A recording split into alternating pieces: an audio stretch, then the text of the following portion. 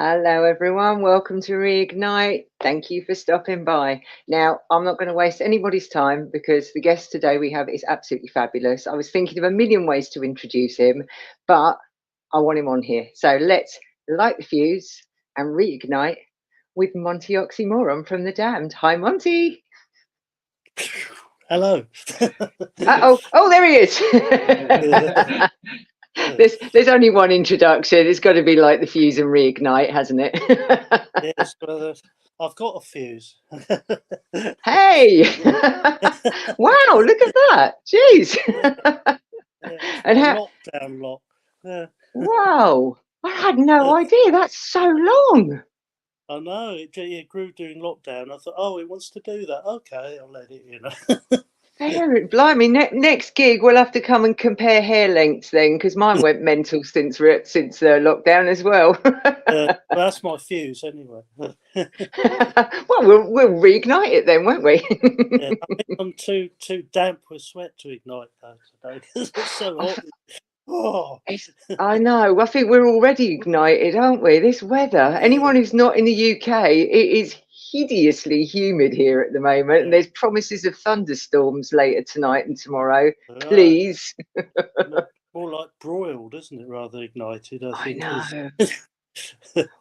Well, I think you're going to get lucky because the first lot of storms comes in right across the coast, right on the bottom of the southeast. So you might actually get the storms tonight. We've got to wait until Thursday, I think. So you might get a nice cool down tonight. I think it might come in the middle of it, like when Dave was singing Half Forgotten Memories in the studio and all the lights went out because there was a great big storm. It really suited the song as well. So. I was going to say that was probably very appropriate, to be fair. Yeah. There he was alone in the vocal booth, and all the lights went out. Love it. Yeah. How is it though where you are, because you're in Brighton, aren't you? So how is it in the summer? Because for a while we moved to Spain and we were in a seaside town and the town was no go from sort of July through to September because the tourists all flooded in. How is it down there for you? Oh yeah, it does get very busy, and this weekend especially so because it's Pride weekend, so it'll be absolutely insane. But I'm escaping to Belgium to do a festival with the others, so I won't see that this year. That was good planning to get away at that point, I think. Yeah. That's the thing though, isn't it? You live in a seaside town, but come the summer season, you just got to run away and hide because it just gets completely swamped. It does, yes. Or else spend the time out in the countryside like Kirsty does. Oop, you're frozen. What's happened? 1 2 1 2.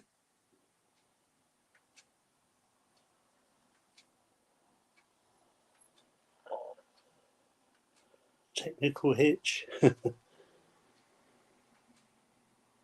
There's a technical hitch. I can't hear. Oh, there's me on my own. I can't hear them. Maybe the storm has come already. Oh, there we go. We're back. That was the curse of the damned, wasn't it? It was you talking about Vanian in the studio did that. Anyway, we should crack on just in case anything else happens. Yeah. So let's before we move on to current things. By the way, hello to everyone that's joining us. I know that's Michael there from Dublin. I think we've got PJ over in the States. So thank you to everyone for turning up today. Lovely to see you all. Yes, I wanted to go right the way back with you to the beginning and ask. Oh, hello, we've got Belen there. She's from Argentina. You're international today, Monty. You are truly international, my friend. What I wanted to ask you is, where did you actually start musically? Did you actually do anything in school? Did you take any lessons? Were you in the choir? How did it begin? Well, it began from two directions, really. I suppose, first of all, my family were quite musical on my mother's side. So my mother's mother played piano, for the silent movies, amongst other things. And she and my grandfather played clarinet. Apparently he was a very, very good clarinet player, but I never heard because he gave up by the time I was old enough to know. But they played in a swing band. So there was that, and my mother plays classical pieces when she gets a chance as well. So I did have lessons in piano, and I could never read music because I had music. I'm sure there is probably such a thing as musical dyslexia, because I definitely had that. I struggled so much trying to learn to read music, but I did have some lessons. I did pass some grades. So I've had that that was the one background. And then my father was very into Wagner, so he played a lot of Wagner. And it interests me in the mythology and that kind of thing. So I had that background, but also I think the real thing was my uncle, my mother's brother, my uncle, Mm-hmm. who introduced me to all the psychedelic music when I was very young. So I mean, I got to hear the first Pink Floyd music when it first came out, which I was about 6-7 years old, and he was playing me that and all kinds of other stuff. So he had a pirate radio show in the Cambridge area, and Mm. he played that, and he had his own psychedelic lights in his room.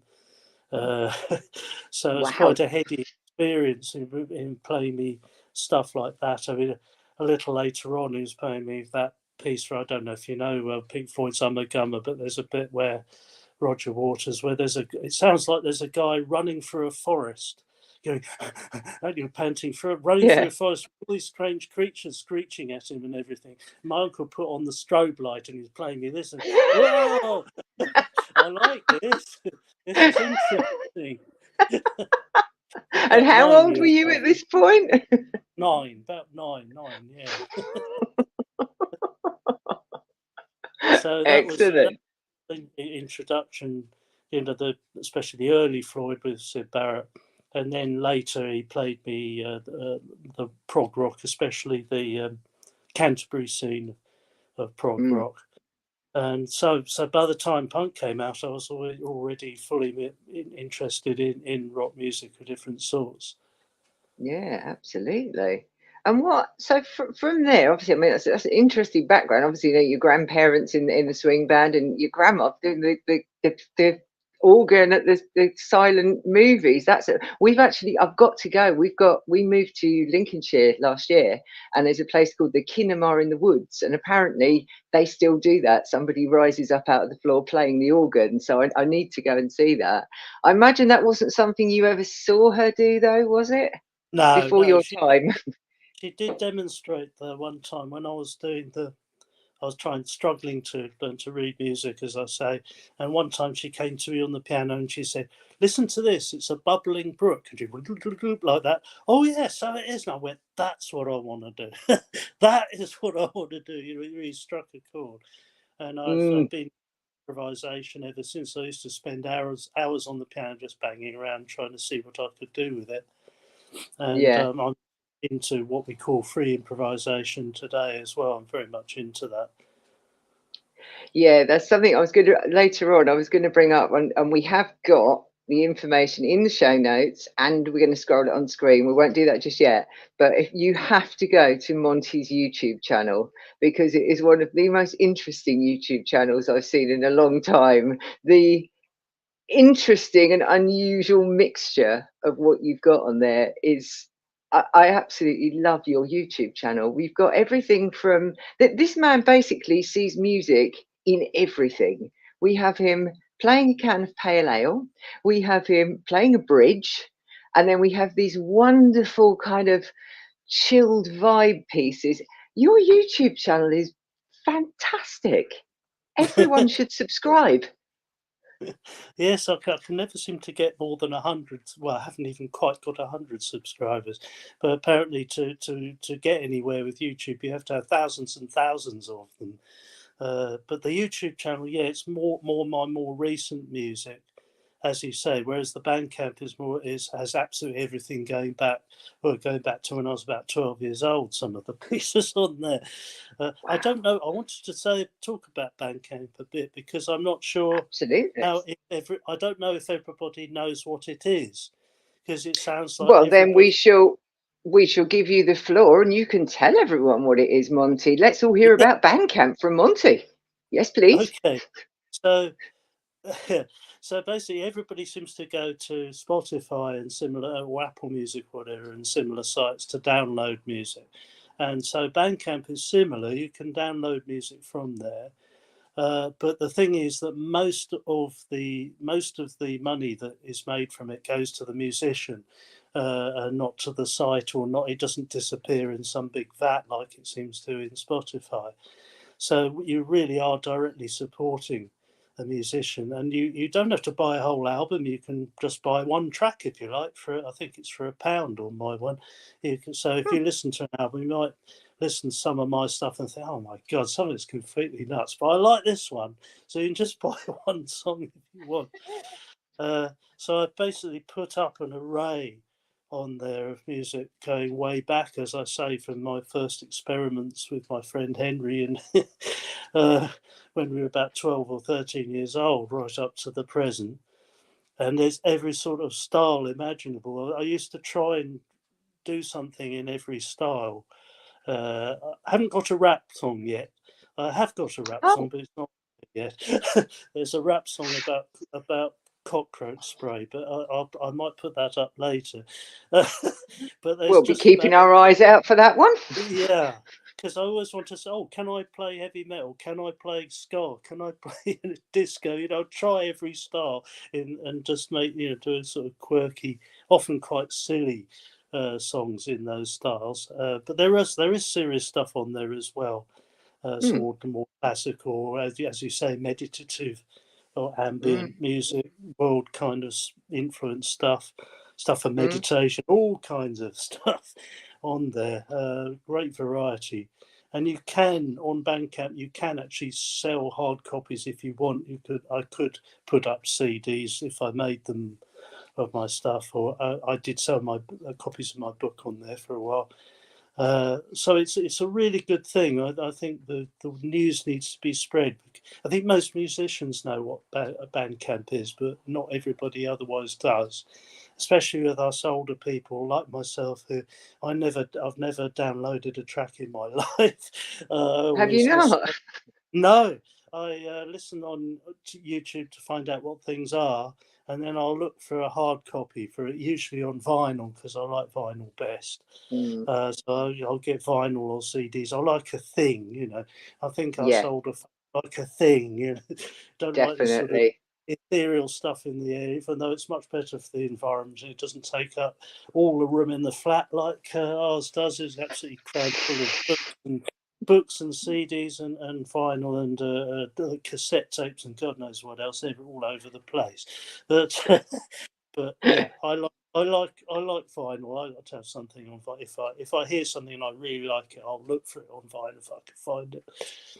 Yeah, I agree. I mean, I remember, I don't know if you remember, but my very earliest memories of music, and it's somebody I know you like, because there is a story about her with Monty coming up soon. But my first ever record I bought was a 7-inch of Wuthering Heights. And I remember the excitement of going to Woolworths with my £1 note to spend 99p buying Wuthering Heights by Kate Bush. And then I had it in my hand, and I've still got it in my record box now. And that was the thing, when someone brought something out, you rushed down to Our Price or Woolworths and went and bought the record, and you actually, like you say, you had that physical thing in your hands. But especially also if you were into the sort of prog rock of the people used to really make beautiful Oh yeah. objects out of the thing in itself. A lovely Mm. cover, lots of interesting photos and writings on it, and it was it's big enough for me to be able to read, unlike a CD which is a bit small. So it's Yeah. a real work of art in itself. It was an object of art sometimes with some of those records. Yeah, I know. With me, I remember with that particular record, it was in a white cover. It had no cover, and I've still got it, and I could prove it if I had it here. I drew branches and leaves all over it to represent the trees out on the windy moors. Yes, but there There you you go. go. You can't do that with a download, can you? No, you You can't. can't. No, You you can't can't. make it part of your own world and be creative with it in the same way. No.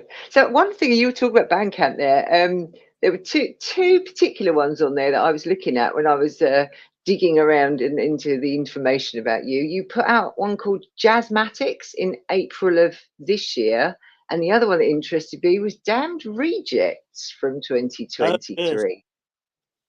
Yes, well, I've been going through lots of old tapes, and I know a very good technician called Julian in a studio in Hove, who I transfer. I've actually got as far as being able to transfer the tapes to the laptop to digital, and then I take it in there, and he can clean them up and balance them properly and make them into releasable forms.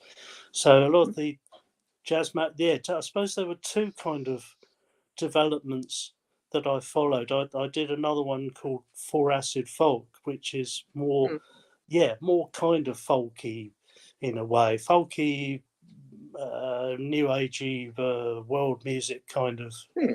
influenced stuff, always a bit psychedelic. And then there was the jazz influenced stuff, which was on the other one. And so I picked out some of the more useful tracks from there, and Hmm. some other strange stuff, including my nephew Julian babbling at when he was a baby and stuff like that on there as well. And then the Damned Rejects one was actually demos of songs that I presented to the band for possible use, which didn't get used for one reason or another. And I thought, well, they're just sitting there on the tapes. Nobody's hearing them. I might as well just shove them up on Bandcamp, and people can listen to them and see whether they like them or not. Might never have Hmm. made it onto a Damned album, but at least it's there in some sort of form. Never know. Maybe they'll reconsider them in the future. You never know as well. You never So I know. think that's what I was saying this to Captain and Paul as well, that everybody should have a Bandcamp site for things like that, because you put a lot of work into a demo or something, like an idea, and it just stays there and nobody hears it. And if it's any good, that's a bit of a shame, isn't it? Really. It is, and it's good to hear that it's a music service that the money is going directly to the artist, because these days it's getting harder and harder for you to make a penny out of things, quite frankly, isn't it? That's right. I mean, during the lockdown period, when I started not to have work in the nursing either, that was for a little while my only source of any income. Was from that. So I've made some money from it. Mm? I recommend it for any musician. Every musician should have a Bandcamp, I think. Yeah, absolutely. Well, so we've got the link there for people to look at after the show. You mentioned nursing there. So what's the, because anyone who doesn't know, Monty's other part of Monty's life is a psychiatric nurse and has been specialising in dementia. What's the position now? Is that, did you say that it's lapsed and that's actually finished with for good now, nursing for you? Well, yes, it is, unless I find a way of reigniting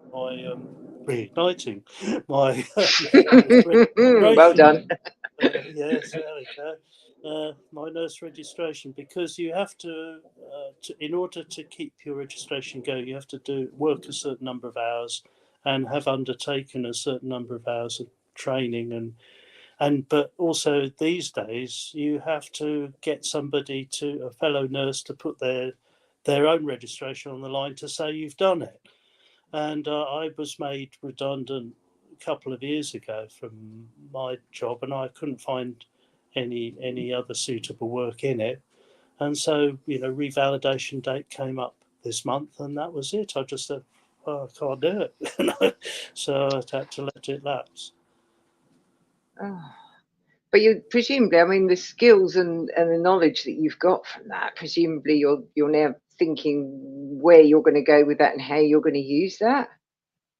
Well, I've tried this. Another thing I've been doing again since the lockdown thing. I started writing blogs on a blog site called Substack.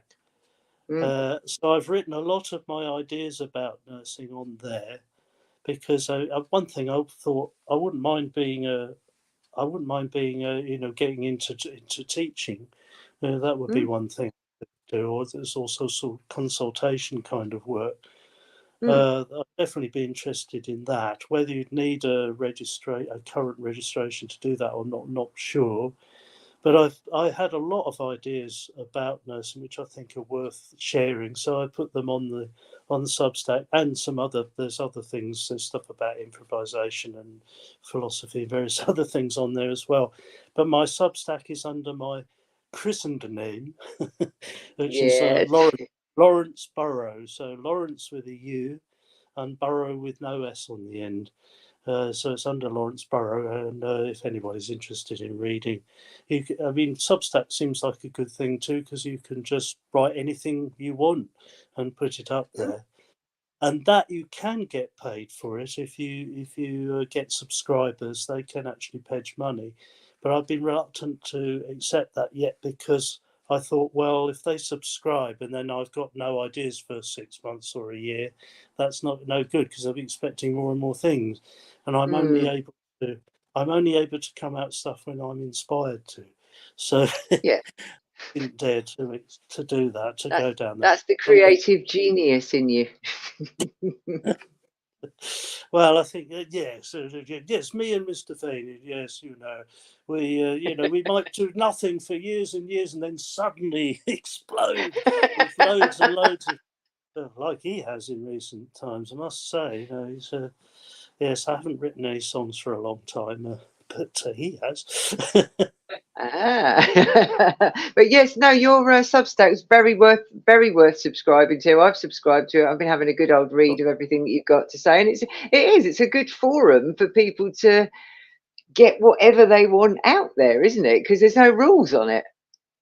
Yes, I mean this sort of thing was the kind of thing we dreamt of in the 70s and 80s. Nothing like that existed.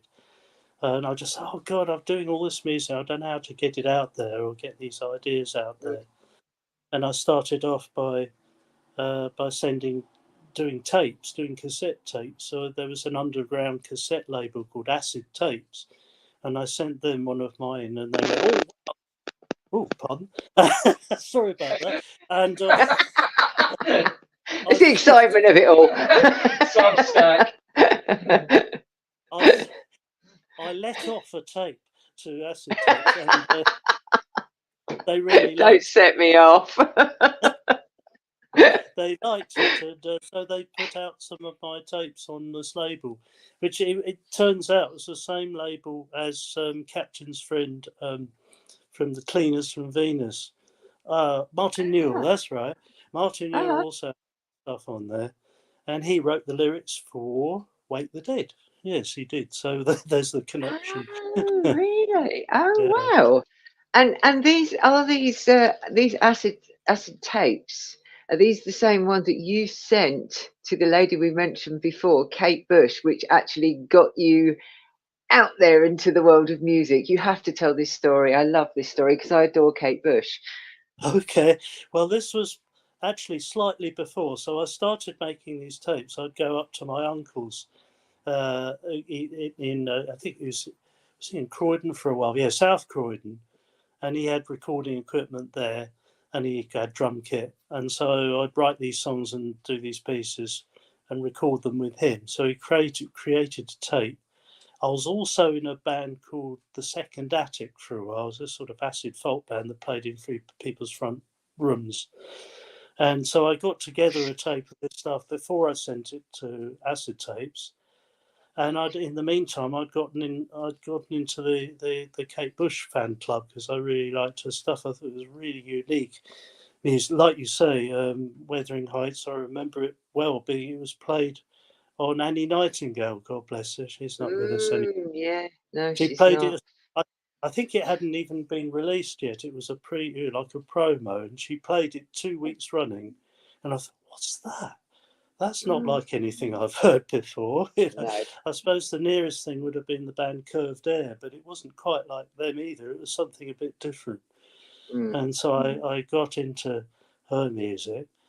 And at one point, I joined the fan club, and I thought, well, why not send off the tape to, nothing might come of it, but you never know.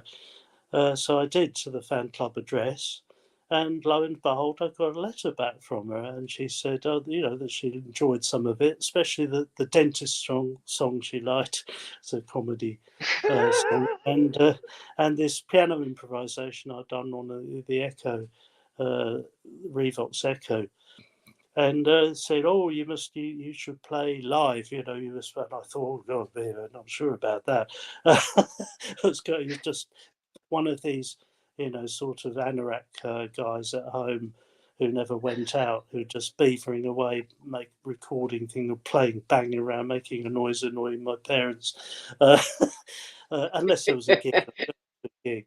But yeah, I was one of those characters. Oh, playing live yourself. Oh, I don't know about that. But at the time, there wasn't really anywhere to play either, especially if you weren't in a band or anything like that, until this incredible phenomenon, the Zap Club, appeared in Brighton. And I think the Zap Club should be world famous. I don't know what's wrong with Britain. It doesn't celebrate its originality. I No. mean, when you read about the history of modern art and stuff, you hear about the Cabaret Voltaire, not the band, there was before them. The Cabaret Voltaire in Zurich, I think it was, and the Dadaists used to perform there. The Zap Club was just the same. It was the kind of thing in the 80s in Brighton, very similar. All the arts were represented there, dance music. There was also stand-up comedy and all sorts of, and theatre, and of course music, all sorts of stuff. And I heard that there was a platform night where you could go up and do whatever you wanted. So I thought, okay, I might be able to risk a song or two. I've got some backing tapes made from the tapes with my uncle. So I had the bass and drums and everything without the vocal and the lead keyboard or guitar, whatever it was I was going to do. And then I'd go along and play to it. And I tried doing a different thing every week, which is probably a mistake, really, because people get confused as to what it is that you do. But I tried to be original and do everything different thing every week, and I found it was absolutely wonderful.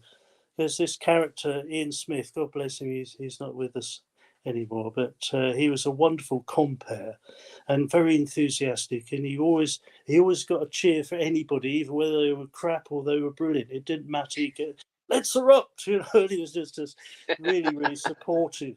And it was the perfect place to try things out, and just see what worked and what didn't work so well.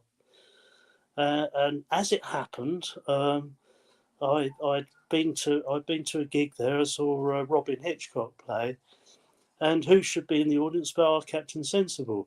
So me and my sister went up to, Captain Sensible, we really like your solo stuff and everything, And he was lovely and friendly, and so we got to know him over time. So kind of Kate's idea of playing live really paid off. If I think of what's happened since then, these strange synchronicities of life that weave things together in ways you don't expect. Yeah, where would all of us who love the Dam be if it hadn't been for Kate Bush? Who would have thought that? Who would have thought that? Well, Dave is also a fan. He wanted to produce an album of theirs. It never happened. I mean, that would be incredible. It'd probably taken a long time, but it would yes. be incredible. Did you ever see her perform live? I didn't. I missed it. I missed it the first time round. She only did a handful of gigs. I mean, her career is extraordinary. If for someone who told me I should play live, she seemed very reluctant to do so for a long, long time. but avoided, but actually managed to make a career out of making videos of her stuff, which is extraordinary.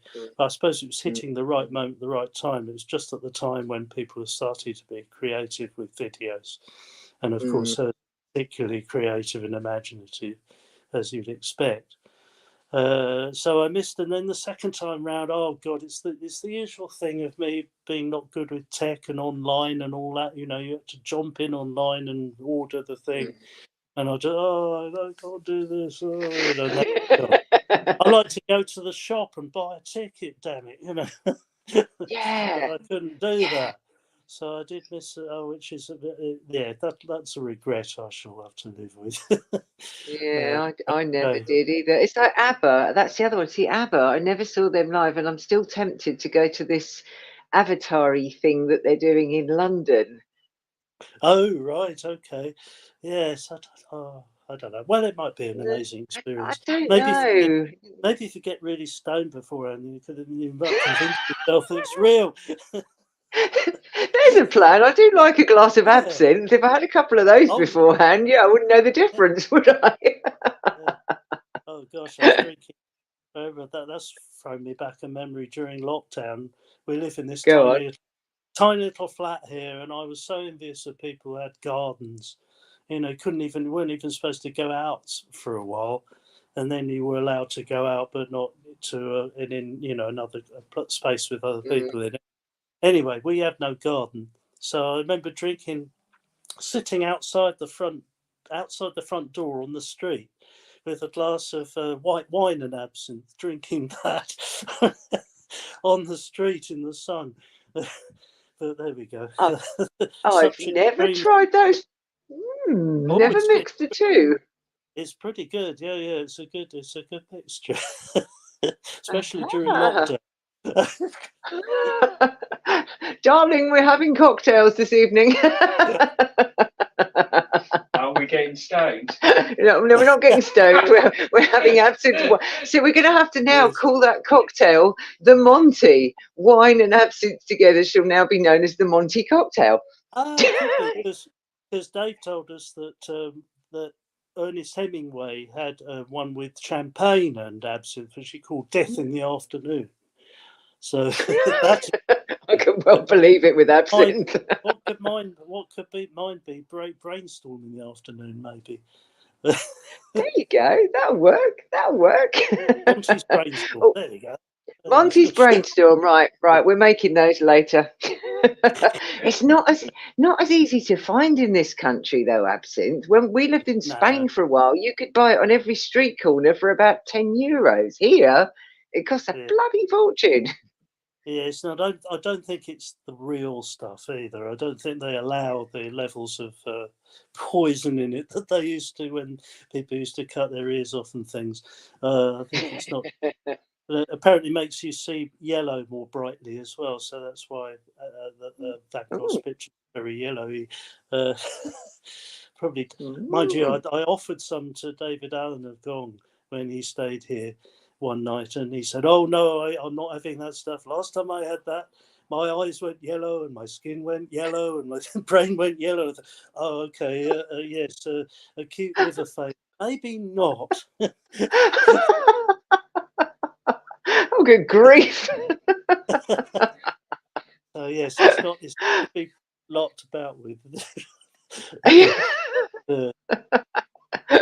Let's just say it's not a drink to be drunk on regular kind of basis, no. is it? No, only for special occasions.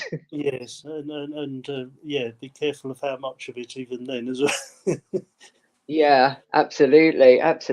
Oh, one thing completely random, but you just reminded me because you mentioned gardens. And whenever I have a vegetable gardening query, I go to your colleague Paul, and he's excellent with helping me out with any of my vegetable problems. It's his birthday tomorrow, so I think we should all wish Paul Gray a very happy birthday tomorrow. Oh, yes. Happy birthday, Paul. Oh, there we go. Yeah. Happy birthday, birthday, cheers. Paul. Happy birthday, Paul. That's rubbish. I've got water. What the hell's that about? Sorry, Paul. Yes. But yes, his birthday tomorrow. At least we're not actually on tour yet, so he can do something. Yeah, exactly. You'll be hooking up with him very, very soon. So going back to the story, having completely sidetracked, as I do, and I apologise. So Captain came and saw you at the Kate Bush inspired gigs at the Zap Clubs. You met Yeah. Captain. From there, it was Punk Floyd, his band that you joined. No, before that, there was quite Yeah. a few. I knew him quite a few years before we actually worked together on anything, and it was the Dr. Space Toad experience. It was the first thing that. So what happened with that? Okay, God, it's a long circuitous. So I'd done my nurse That's all right. training. We got time. done done my nurse training and qualified. Worked full time for a year in the old mental hospital in Chichester. Found I didn't like working full time very much, and felt kind of lost again. And friends told me to come on the course down the road at the college where they did the nurse training, for a BA course in related arts. So this was art, music, All right. literature and dance all combined in one course. It was lovely. I got a grant for it. I got paid to go on the Wow. course. Oh God, no! The young people are going to hate me now. I'm sorry. It was Thatcher. She took it all away, like she did the milk. She Yeah. took grants as well, little by little. I did have a student Yep. loan for the last term, but that was wonderful. And then I went on to study art psychotherapy because that was what I wanted to do. I very much wanted to be a psychotherapist, really. And during that course, I heard from a good friend, Yvonne. I think she calls herself Evo Luna these days. She's a performer in herself who does poetry and everything.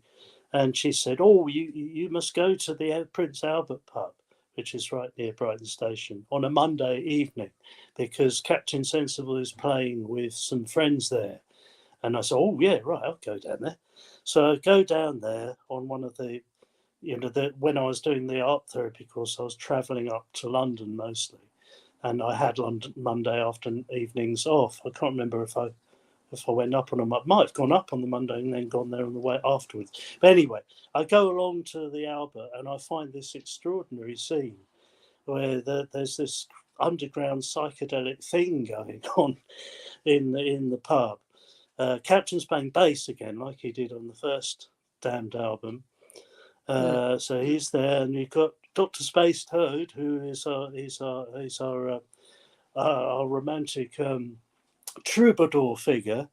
He plays mandolin and guitar, and he has some amazing songs. He's this rich baritone bass that he sings his songs with. So he's playing his songs and also covers they were doing. I was particularly delighted by Set the Controls for the Heart of the Sun, which was one of the very early Pink Floyd songs that I loved. And then there was this crazy character making synthesizer noises dressed up as an army captain, called Roy, or he calls him Captain Barrington White. Marvelous.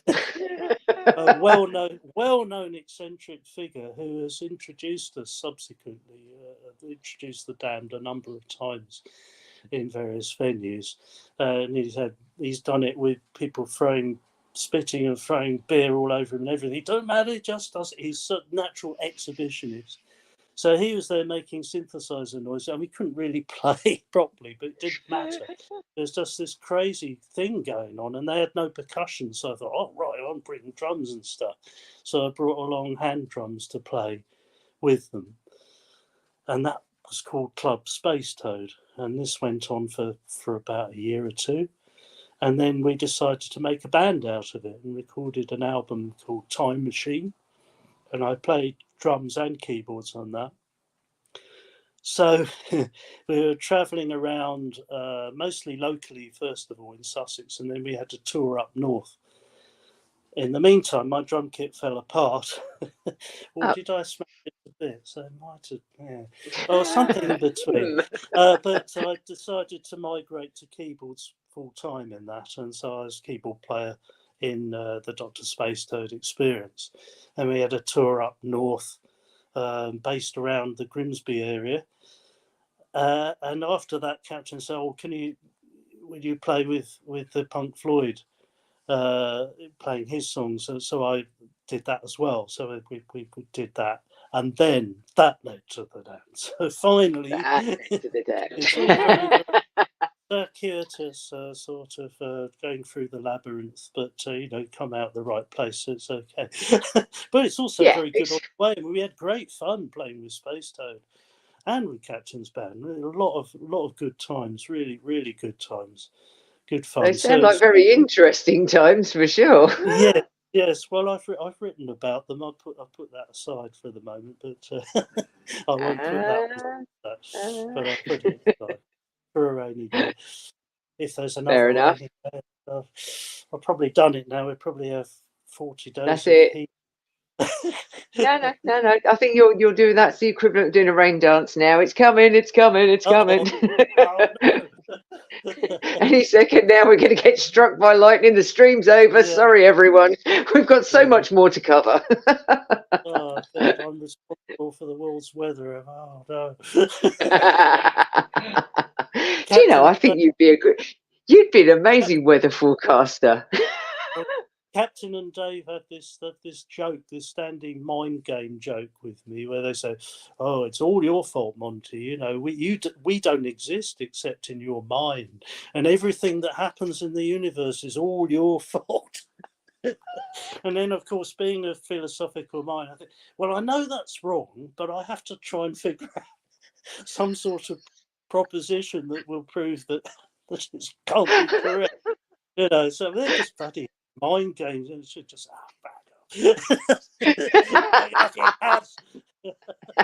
That's probably the best reaction to give them. Oh, I've got a comment just come up on screen. PJ, they do go to Las Vegas. Somebody, my friend Paul in the States has just said, and we are fellow Las Vegas lovers. Damned and Monty need to come to Las Vegas. They play punk rock bowling. They've played punk rock bowling several times in Vegas, haven't you? Yeah, and done our own gigs there as well. Mm. I don't know. Yeah, does anyone actually live there? Some people live there, but I suppose most people. Me and my friend PJ and many other people would if we could. Are you not a lover of Vegas, Monty? Well, I mean, I always think of that Captain Beefheart poem called "The Cardboard Cutout Sundown" when I think of Vegas, because that's what it's like. It's like a sort of movie set, permanent movie set in the desert. I mean, if there's nothing really there, but there is. There is. It's all in your mind, Monty. Yeah, and I am far too pessimistic to gamble, so I've never spent a penny there. But I've been to the toilet, but I haven't spent money. So. But it's an experience of it's very bizarre. That's one that's how to describe. It's an experience. It's worth seeing at one time. But it's not real USA. I mean, like San Francisco or New York. I love San Francisco. I'm always happy to be able to go back there, and New York's good as well. So that's real America. Not Disneyland either.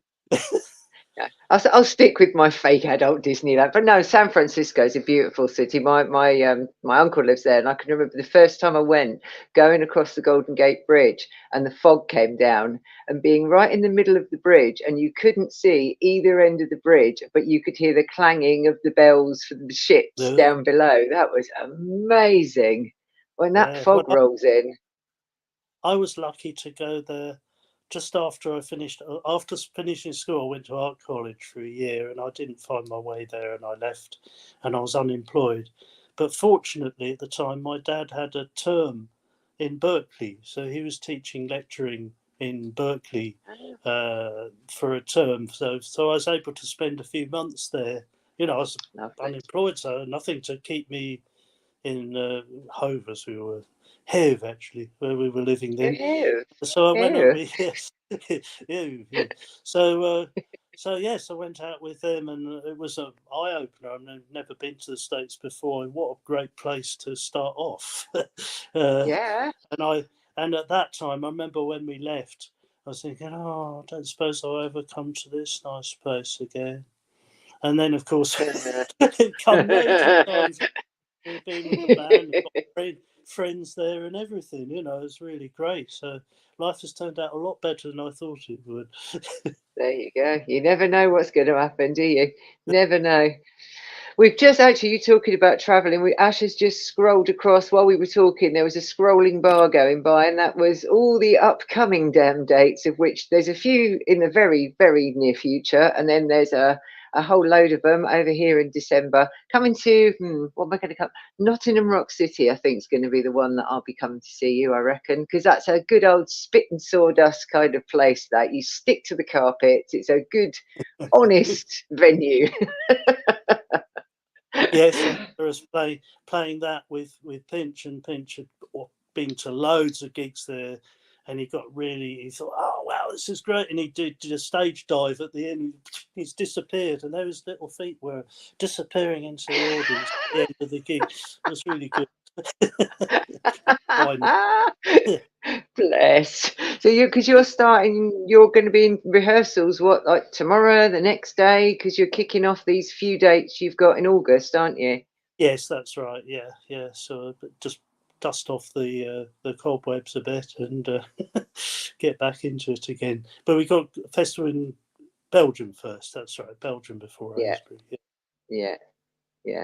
And for anyone that doesn't know, I know a lot of people watching are Damned fans, and in a minute I've got the Damned fan questions to put to you, Monty, because we're a loyal bunch, Damned fans. Hey, what was that?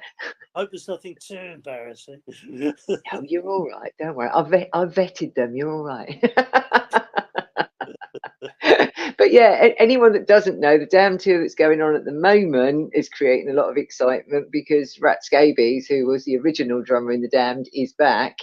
I know there's going to be a question about that coming up in the questions, but is he staying? I'm not clear on that. Is he staying, or is it just for these dates in December? Oh, as far as I know, I mean, you never know with the Damned, but as far as I know, Well, no. he is. Yes. So no plans for any changes.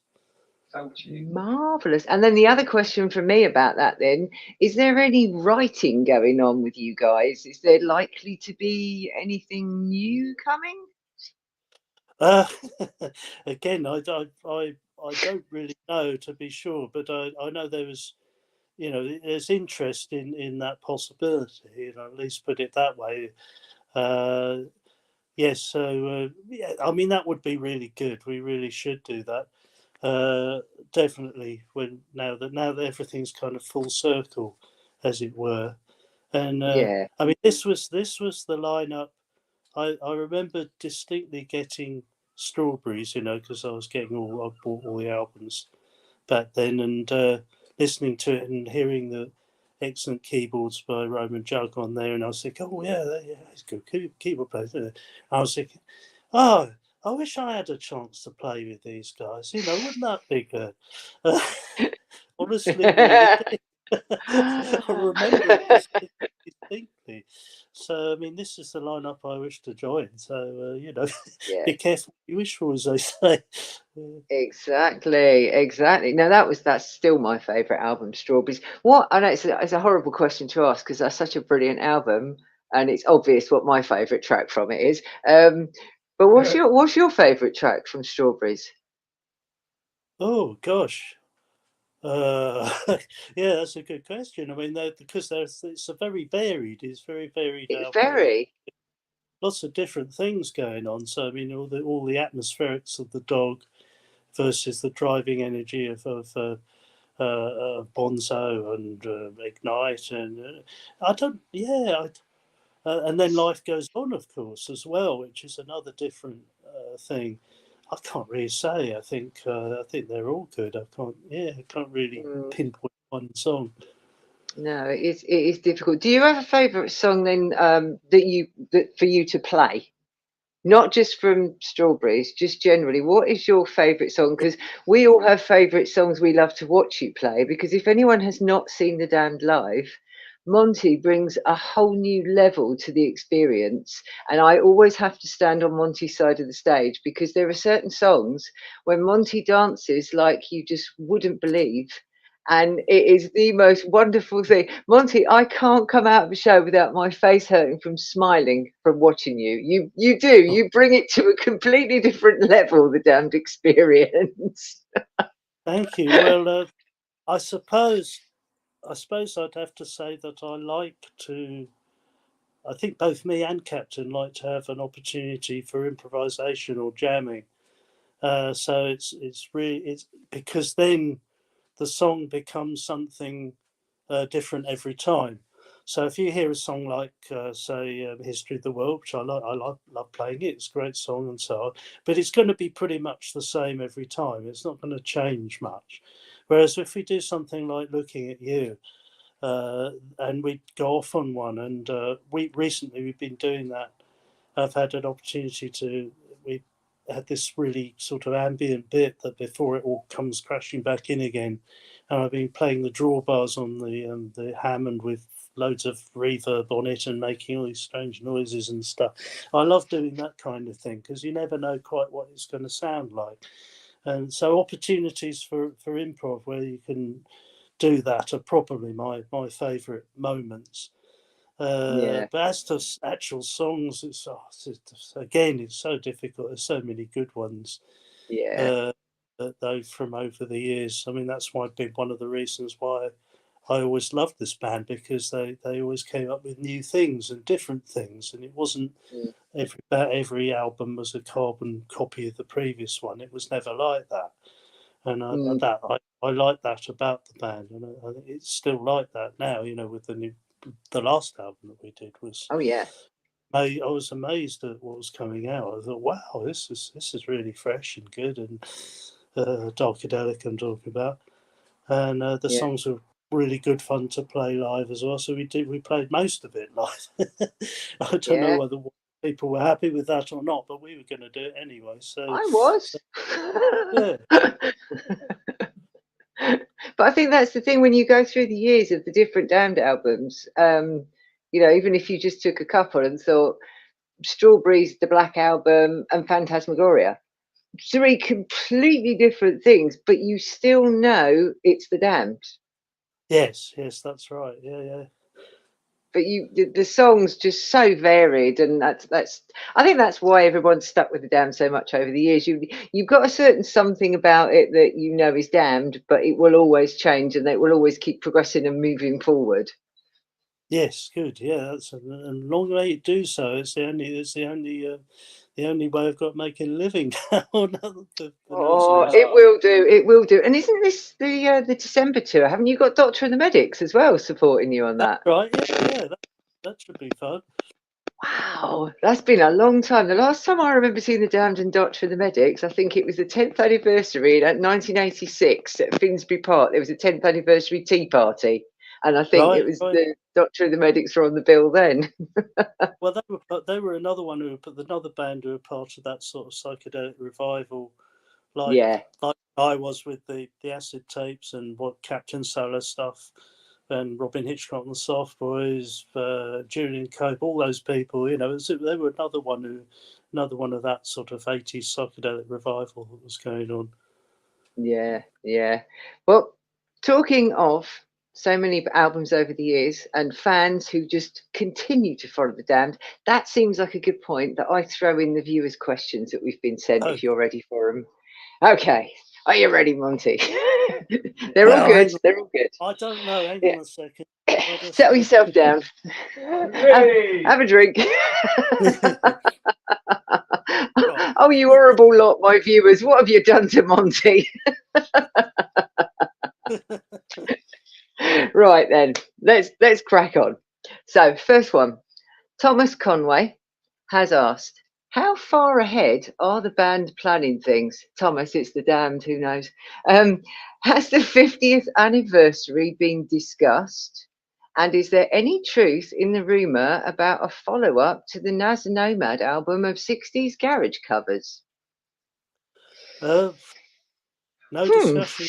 No discussion of either No, of those yet, to my no. knowledge. No. Yeah, it's not so long away again. It's just a year away, isn't it? Just Yeah, next. Well, the rest of this year, next year, then it's the 50th. Bloody hell! Yeah, we'll yeah. have to. Well, I have to start thinking about it, I think is the answer I to think that. so. Yeah. Yes. All right. So nothing yet. All right then. So this is an interesting one. Donovan Broad. I'm interested to know the writing process of Beauty of the Beast. I know Monty wrote the music and Dave did the lyrics, but did they work on the track together or was it written in isolation?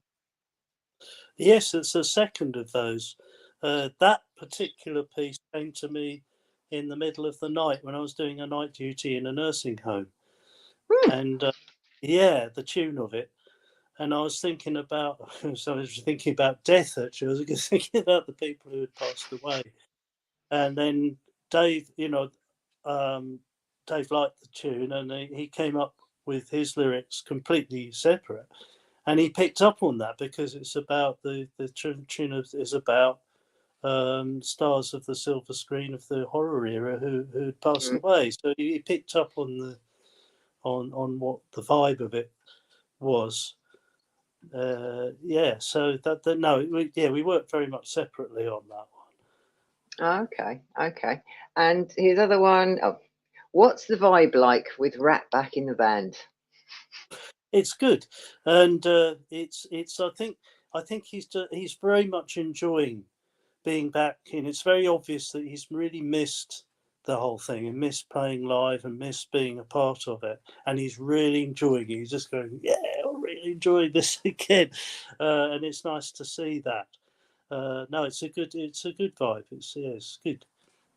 Yeah, we said that when we saw him on stage. When he came at the end to sort of take a bow, his whole demeanour was just, you thought, he's back, he's back. Yeah, yeah. And Oh, fantastic. there are moments when I'm playing songs and he does these, riffs, these fills that he does, and I just go, "Oh, yes, I remember this. This is what it's supposed to sound." Oh, sorry, Pete and Will, but yeah, I had missed those. Certain songs. It just, oh yeah, that's just like just can't be happy today. Just stuff like Oh, that. It just, whoa, yeah, there it is. yeah. Yeah, the man's back. Yeah, We've missed him. But yeah, no disrespect for everyone that's been there in the meantime. You've all been fantastic, but it's Rat. It's Rat. Um, so, he has a unique style, like like the drummers of old, like Keith Moon did and Ginger Baker. He's one of those drummers where you hear it and you know it's him. yeah, it's Uh, unmistakable, isn't it? yeah. Yeah. All right, good to have Rat back. Keith McInnes. Okay, this is a very strange and interesting one. If you can help me out on this. A while back, Monty wrote a song for me called Lauren, my daughter's name. It was a chap Oh, called Keith McInnes. I yes. sent him the lyrics, which I took from the All Saints song. Monty never knew that. Or maybe he Oh, did. no, Did he know it no, was from an All Saints song? Okay, no. fair. I gave him the lyrics and he made his own music to them. Would he do something similar again?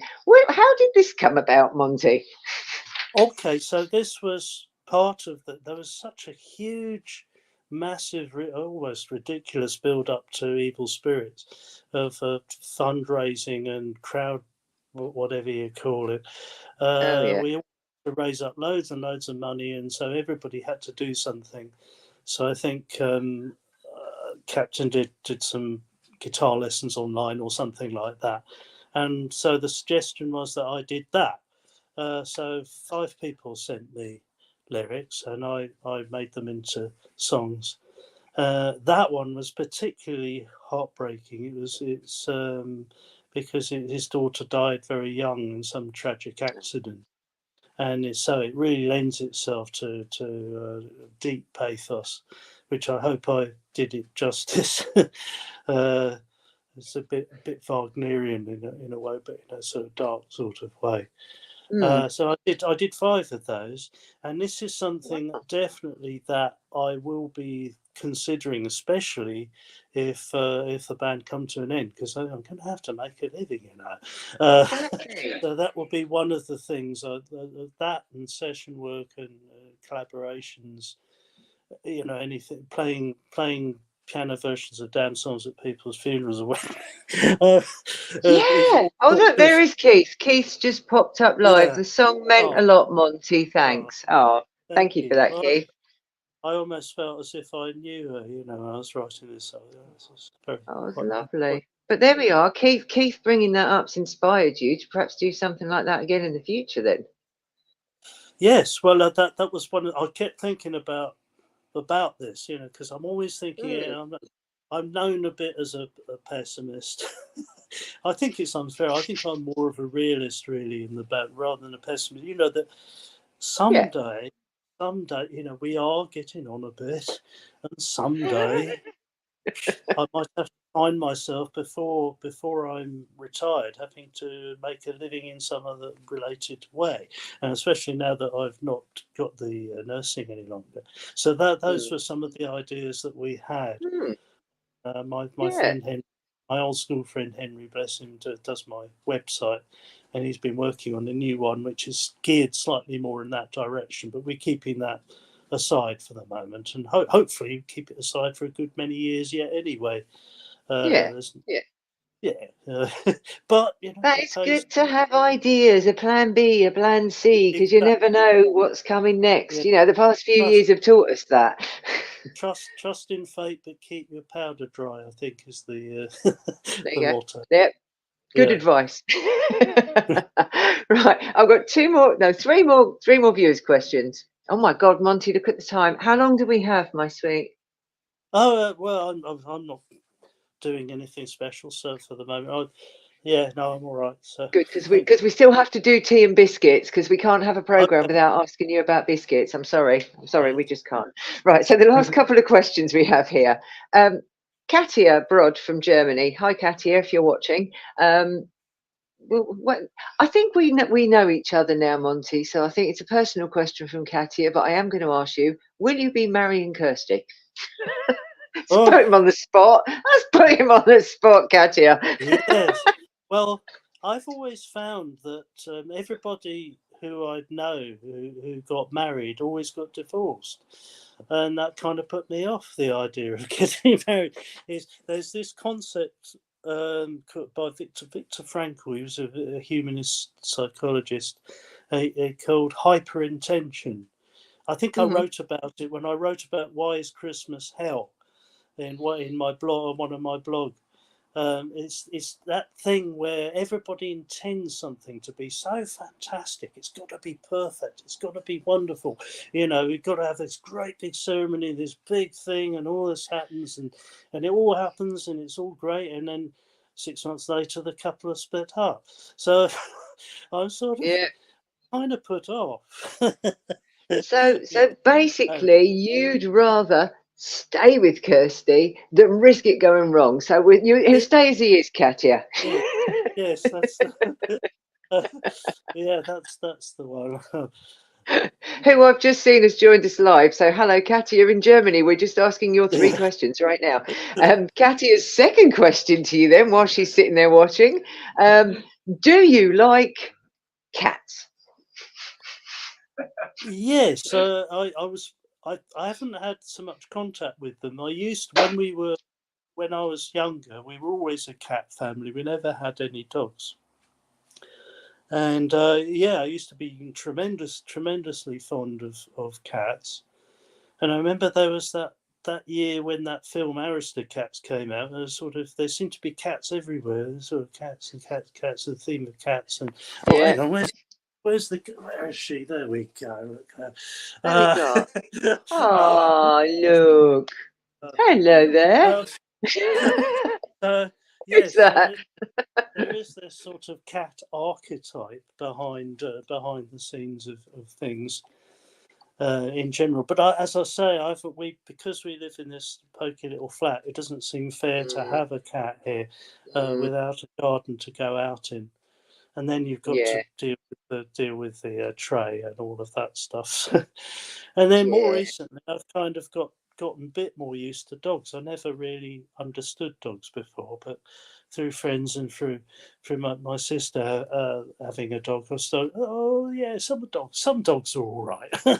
Not all of them, but some dogs are all right. They're very different to cats. They're totally I was thinking in terms of Freudian stuff that dogs are very zonal, so they're very much, phallic, anal, oral, whereas cats are what we call polymorphically perverse. They all one erogenous zone. They don't have any specific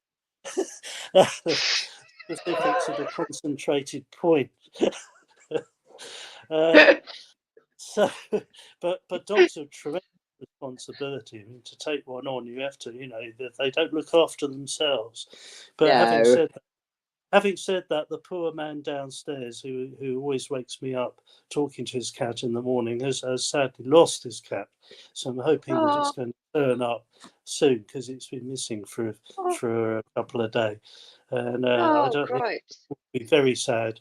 I can imagine that's the trouble with having pets, is that you get too fond of them, and they live as long as we do, unless you get a tortoise, which isn't quite cuddly.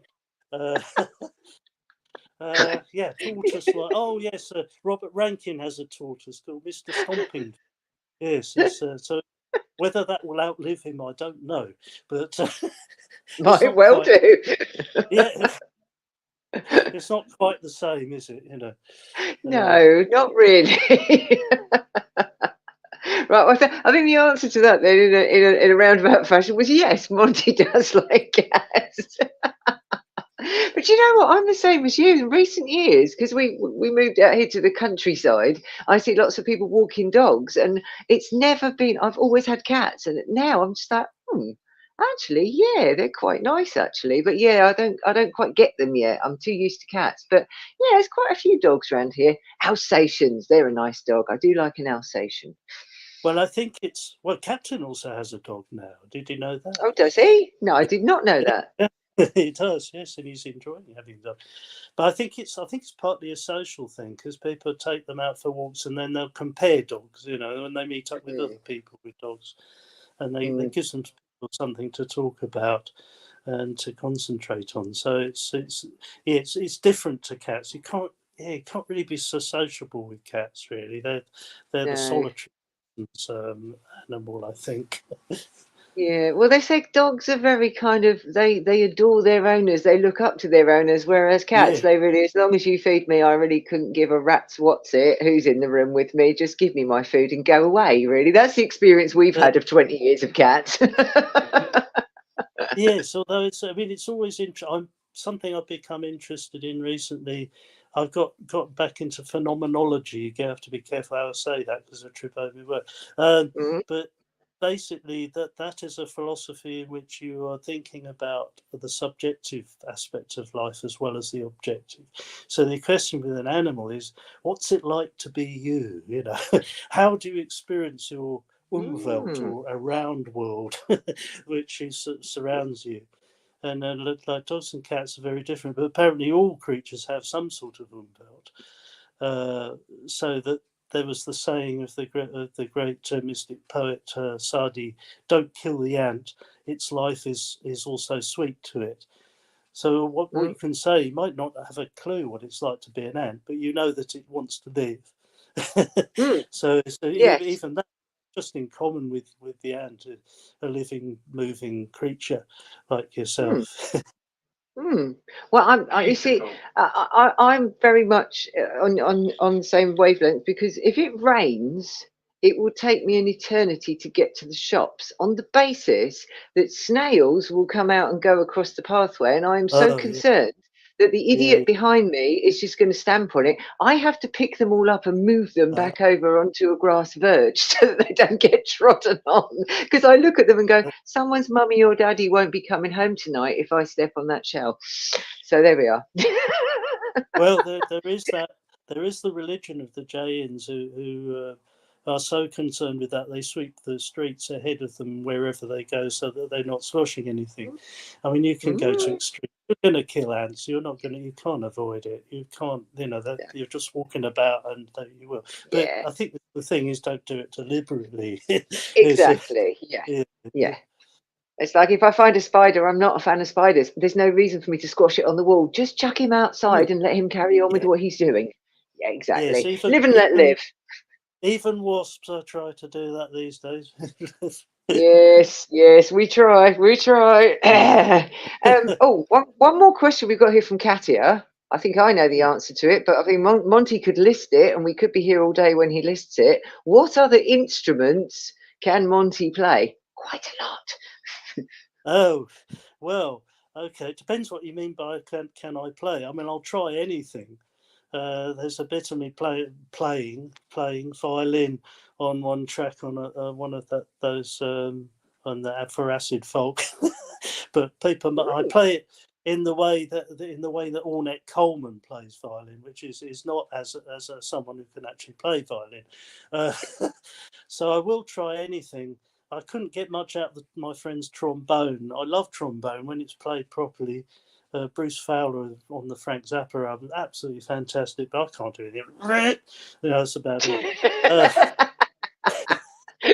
But I suppose if you're thinking about what I'm sort of proficient in, well, I've played bass guitar and guitar and drums. So drums are and hand percussion of all sorts. Little bit of clarinet, not properly, but I don't do too badly on that reggae. What's it called? Rip-off Dub -1, which has quite a nice little bit of acca built for you in a la reggae style. But I will try, like you say, I will try playing anything, including the rail on the railway bridge, which is on my YouTube site. There, as you go over the really nice. I mean, I like the fact that things make interesting noises, and I remember delighting our friend Ian Smith from the Zap Club I mentioned earlier. But when the last time I saw him, I told him I was still playing the gerbil cage. He was very pleased about that. Cages make great noises, plucking like make good noises. So even if you can't play a melody, you can make some interesting timbres and sound effects. But yeah, so basically there's several instruments that you're sort of proficient with, but basically Monty will play anything you put in front of him from what I've seen. He'll give it a try. Yeah. And I might break it as well, so you have to be careful. Don't give me anything expensive. Brilliant. Right, two more viewers' questions. Ashley from the Stereotypes, who's our producer today. What is your keyboard of choice? Oh gosh, I've never been one for equipment. Some musicians really like to talk about equipment. Their guitar and their effects pedals or their drums or whatever. I've never really been one for that. I just play the things. But I suppose I've always liked that VK8 I use with the Dan. There's the Hammond sort of similar, the lower keyboard. I've always liked the sounds in that. I like Hammond sounds and really nice organ sound. I think both me and Captain are big organ fans. We like different organ timbres. It's interesting playing. I've tried playing a church organ, and I can't really do the foot pedaling because I'm not used to it. But that's a really nice experience playing a church organ. And then of course a real decent piano. You can't beat a really decent piano, and they're all slightly different to one another. So I've got various keyboards. The top keyboard I use these days just has a trigger for the laptop, so all the sounds are in the laptop, and the top Roland I just use to get to play those. And then there's a Korg Stage which has a little valve inside it. I'm not sure what it does, but it sounds very good. That's got some amazing strings and electric piano sounds with low effects. I like must say I like keyboards that you can add effects on and take them off as you're playing. So they've got that little Yamaha. It's just a tiny little Yamaha. It's really, but it's so you can put it in the bag, you know, and take it to somewhere and play it. But that you can add echo, you know, delay echo, reverb, distortion, wah-wah, phasing, all those sort of sound. Put them on, put them off, you know, make it, play around with it, set up a big echo sort of loop almost, and then play along with that. I like that sort of thing. That's really something I can really get something out of. I suppose. Yeah. But I'm not a great one for talking about, you know, class this and class that and this type and that type. It's a keyboard. It's a piano. Yeah. Do. Yeah. I think a lot of times when people go on about a particular brand, it's usually because they've got a sponsorship deal. So. Well, yes. Well, I have mentioned Roland. So my mate Roland, you know, he might help me out. I did get one some money off a keyboard from Roland, which that had some lovely orchestral sounds in it. I wanted to try and recreate orchestral brass and strings and things, and it was very good for that. Jupiter 80, that's right, that's the one. So Roland helped me out with that one. Nice, excellent. And one more here, Bruce Hamilton, who runs the Anything Damned Facebook group, who gave me a lovely wristband actually for having so many damn people on this show. He sent me one because let me see who you're my fourth damned person on the show, and anyone else who's in the damned or has ever been in the damned, do be aware I am coming for you. Well, you will all be on eventually, but we're getting the important ones in first. The one's not on the poster. Yeah. Oh, no. Disgrace, sort it out. I think you've seen the public outcry about you not being on those posters, Monty. We're not having it. Too good looking. Too good looking, my producer says. Oh, is that it? So anyway, back to Bruce Hamilton. Back to Bruce Hamilton from Anything Damned group on Facebook. Who wanted to know your final viewer question. What's your favourite ale? Oh, that's difficult as well. Oh no. Try them all out. I mean, it partly depends on the weather, doesn't it? I mean, at the moment you want something light and, you know, refreshing and all that. But I do like the strong, dark ales a lot, and they have Gale's HSB on at the Prestonville where we go and drink, and I like that. It's a bit of, you know, that sort of beer or Old Peculiar or whatever, but maybe not so much for this weather though. It might be some more IPA or something, APA or something like that in this weather, or a cider even like we've got there. Are you a fan of all these modern fruity ciders? Like they're adding things like raspberries and strawberries and everything, or do you think a cider should just be apple? That's it. It depends on if they can do it properly. I think the Finns are good at doing it properly, but sometimes they just taste like they've got added, you know, sort of nasty sort of sweetish stuff, and it doesn't quite work. I mean, like the Belgian beers, they do it properly, you know, with the Krieg and that sort of thing. The proper fruit stuff is nice, but I think I tend to keep to just normal ciders, especially a bit of old Scrumpy. That's a good one. Oh yes, good old Somerset Scrumpy. You can't beat it. Wilkins, now. Oh yeah. So that brings us nicely onto something, because one thing that they do change flavours on a lot, and I don't approve as a great biscuit lover, although they are cakes technically. I like Jaffa cakes. I adore Jaffa cakes, you see, and they do change the flavours on these, and a Jaffa cake should be orange, and that's it, plain and simple. So the question now coming your way, Monty, the question of the day: tea and biscuits. Do you drink tea? Do you drink coffee? What's your favourite biscuit, and do you dunk? Right. Well, I'm not very traditionally British in this way, so I don't drink tea very often. Probably should do, but not very often. I have a few pints of black coffee in the morning, and then once the brain and the bowels are working, I leave off it for the rest of the day until it's beer time. Fair enough.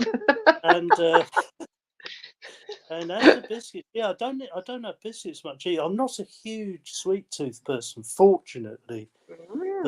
If I was, I'd be absolutely enormous, I reckon. I'm still a bit bigger than I should be, but I'm not. I really would be if I ate a lot of sweet stuff. Although, occasionally when we're in America, we have these great big chunky cookies and left on the rider, you know, you go, oh, you know, you have one of them and that's it, you're away, you know. That's why I won't have them. If I know that if I get into sweet stuff, I won't stop, because the dopamine circuit brain will kick in and that will be that. So yeah, not great. Maybe some healthy biscuits, you know, like oat based or a savoury digestive. Really digestive. Yes, They're wheaty and they're sort of wholemealy and sort of healthy-ish. Yes. All right, we'll go with the digestive for now then, And shall we? Yeah, you don't. Those sort of biscuits you don't really dunk. Well, digestive, you might. You can with the digestive, but it depends on the size of your mug, because sometimes you have to break them in half to fit them in the mug. Right, and then I'm not sure it would be good dunked in beer or cider either. I'm not sure if that would work. Personally never tried it, but you know, the weekend's approaching. We've got to have the absinthe and wine cocktail, so perhaps we could try dunking a digestive in some beer as well. This is shaping up to be a fun weekend. Starting to sound like something off Red Dwarf, isn't it? It is, isn't it?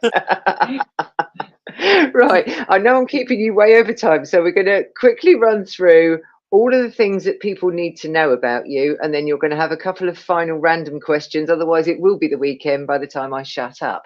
So, things people need to know about Monty that are very important. YouTube.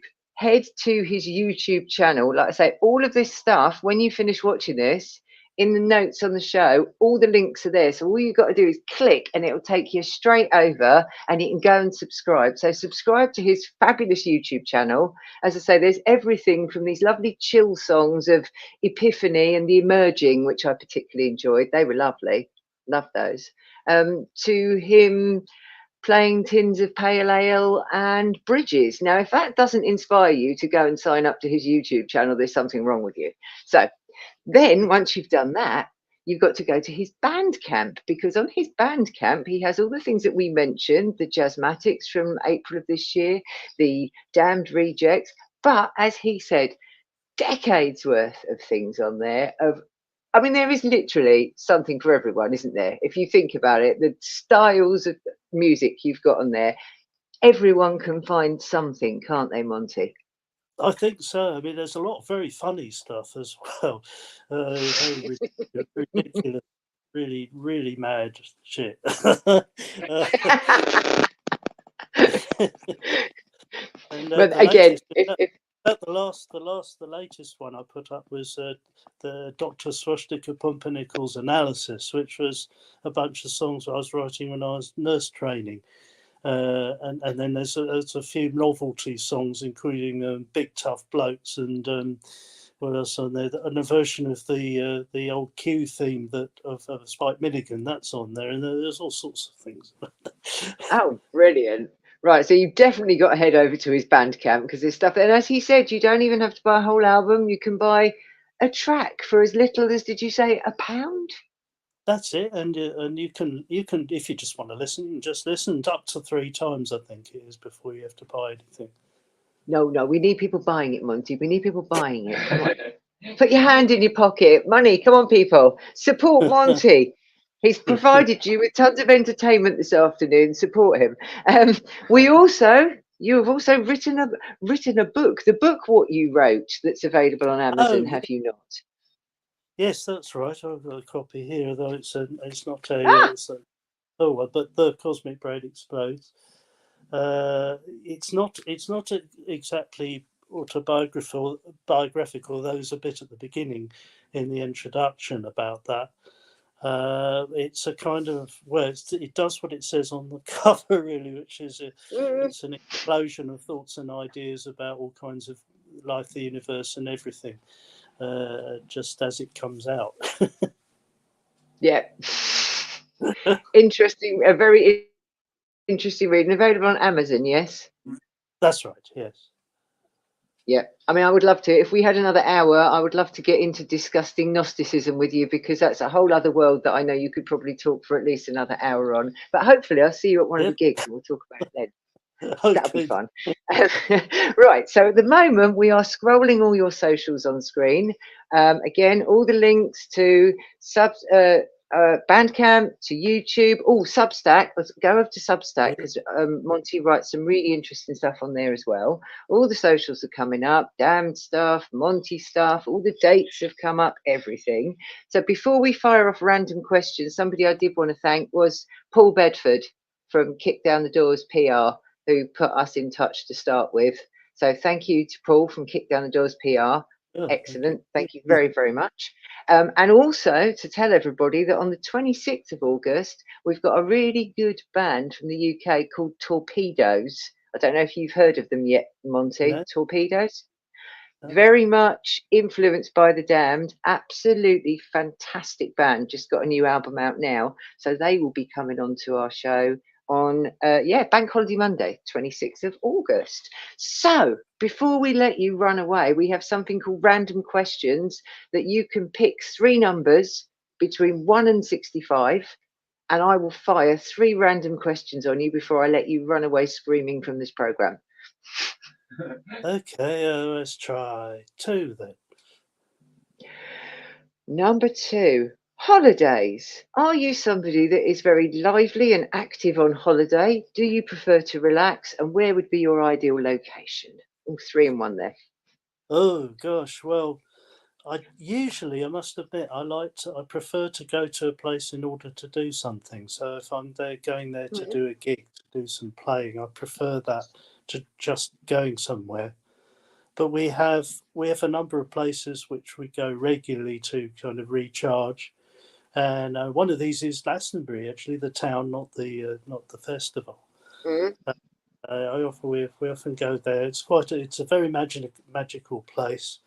I know it's a little embarrassing given the line from Smash It Up about Glastonbury hippies, but there we go. Yeah. And they do have a very good Wilkins cider there, you know. So lovely going up the tour and all of that. It's a very, very special place, and meet people from connected with Gong, a band I know members of there. So that's one place, and then the other place is Porthleven in Cornwall, which is where Kirsty comes from. Where she comes from, Helston, which is next door to there. But Porthleven is on the coast where her mother lives, and that's a very beautiful part of the world. And we do like to go in the Blue Anchor and have a spin go. So fair enough. Tend to go to those places for holidays. Just to reconnect really, and I'm not so good at when you said about being very active. I'm not so good at walking long distances as I used to be. No. And I get backache and stuff, which is annoying. But there's some lovely coastal paths down in that part of the world, though. Just a gentle stroll along a coastal path. Yes, Stopping in a pub. Pub at the end of there has to be. One other question I was going to ask you. It's not exactly a random question. I saw another interview with you, and I saw a Tutankhamun statue behind you. Have you are you very much into the mythology of King Tut and the mystery of his death? Oh yes, I've watched various programs on it. Very into bread, weren't they? Apparently. Very. Pubfoot. But that's actually a CD holder I picked up in is it? junk shop. Yeah, it's all full of CDs. Oh, But how yeah, very cool. Egypt is very interesting. I'm quite a fan of Sun Ra. I don't know if you know about Sun Ra, but he was that jazz guy from just really out there. I mean, he was the first. He was the first one to be into space stuff and mythology and all that. Before Gong, before Hawkwind, before Pink Floyd, anybody, he was into all that stuff. And he said he came from Saturn, and they all dressed up in amazing sort of Egyptian style gear and that. Fascinating character. So yeah. I mean, yeah, ancient Egypt, very interesting, and of course, Very. connection with the Gnostics. So I better not start on that. No, you see, we're going to have you back for a whole other program before we get going on that one. That will be a long program. All right, give me one more number to throw at me then. Well, let's have the meaning of life then. 42. Meaning of life, 42. Are you any good at cooking? I'm not really the person to ask. Am I think, your humble opinion. I think so. Sometimes some things I can do well. In fact, this was something again that obviously during lockdown, one of the things I started exploring a bit more. I got this really good book called The Science of Spice, and so I was exploring all these different spices and how to use them. I like trying different meals from around the world, different flavors and stuff. And I'm better at cooking things that are slow cooked rather than quick. So I'm better at sort of curries and stuff like that than I am at, say, Chinese, where you're supposed to heat it quickly and high heat. I'm not so good at that. I've never really done a roast. I've never roasted a whole chicken or something like that. I wouldn't know quite how to probably get that wrong if I tried it. And I haven't tried any puddings to speak of either. It's all savoury. But I am interested in that. And one tip. Give you a tip. Go on. I'm not sure if anybody else has done this before, but some spices like cumin, like if you're doing a Mexican or something like that, or in curries, some spices, if you dry heat it in the pan first, and then you add the oil once it's gone a bit brown and it's smoked a bit, I find that kind of adds. Fennel seeds. That's another one that's good for that. And you heat it first, dry heat it, and then add the oil. Then you heated the oil. Then you cook with it, and it's. I'm not sure if anyone's done that. Anybody else that I've heard of? So it releases everything from the inner sanctum workings of the spice or herb, I would imagine. If it's been hanging around for a while, it might revive it a bit as well. Yeah, you never know. So, final question? What do you have, a hidden skill or a talent? Hidden skill. Something that people wouldn't. All right, say even I don't know, a hobby. Like, do you do bird watching? Do you like to sit and do crosswords? Something people wouldn't expect about you. I can't think of it. Oh well, I suppose recently. Well, people probably noticed on Facebook that another thing I got into over the lockdown period was photography, because I'd never had a proper camera, and so I was using the iPad. And the iPads really can produce some really good images quite easily. Oh, really? And I got into using the filters on it to enhance colours or to change things. I've really got into enjoying that, and I did some pictures for Dr. Spacetoe, because he had a rather faded image of himself he wanted to use for one of his releases, and I brightened it up, sort of sharpened up the image and made it look better, and sent it back to him. So I suppose that's my most recent sort of thing. That's your new skill. Fabulous. Yeah. Well, look, Monty, we have overrun so massively. I can only apologise, but you are fabulous to talk to. You've been such a brilliant guest. All the comments are coming up. Nobody wants you to leave, and everyone wants you to come back for a part 2. You've been stupendously good. We're really grateful. Like I said, I'm so sorry we kept you for so long. It's fine. I enjoy doing these things. It's good fun, and thank you also for drawing attention to all all my bits and pieces. That helps. Absolutely. Did I miss anything? Would you like to put the plea out again to people of the thing they should look at for Monty? What is the most important takeaway you want people to have from this, Monty? Oh, well, I suppose it's got to be the Bandcamp, isn't it? Because I can earn something from it. But yeah, I mean, it's just nice that people can hear my music, read things I've written, see things I've done. It's nice to have that. That's one of the things about this age. There's a lot of things which are not as good about this age as used to be, but that is one of the things that is really good. Is the technology, you can use it for good things like that. And we never had that in the past. So I'd record loads of music and just rot away on cassette tapes in my room, and nobody would hear it. So it's good. It's good. Excellent. All right. Well, we'll thank you. We'll just pop you backstage for a couple of minutes while I say goodbye to anyone. But thank you so much for being with us, Monty, and we really appreciate you. Right. No, thank you very much.